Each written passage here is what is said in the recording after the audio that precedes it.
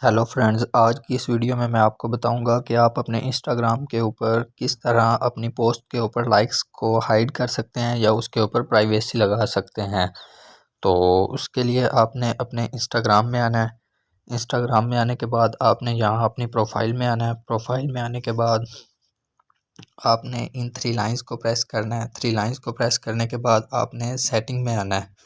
Setting में आने के बाद आपने यहाँ इधर प्राइवेसी में आना है।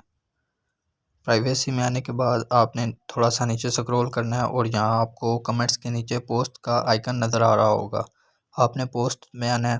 पोस्ट में आने के बाद और यहाँ पर आपको नज़र आ रहा होगा लाइक काउंट और नीचे hide like and share counts.